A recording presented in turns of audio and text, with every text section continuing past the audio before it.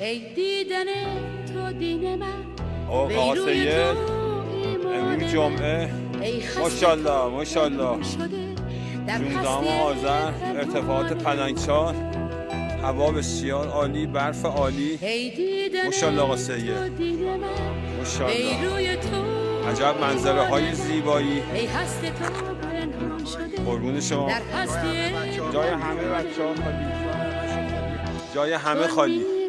منظره رو نگاه کنید عالی. خدا رحمت کنه خدا همشون رو بیامرزه انشاءالله. همه کسایی که خوب بودن و تو این کوه بودن، همه آقا من نگاه کن یه خورده. به به بالا مه گرفته. ماشاءالله ماشاءالله، واقعا همه جاشون خالی. انشاءالله قسمت باشه همه رو اینجا ببینیم انشاءالله. یا علی یا علی یا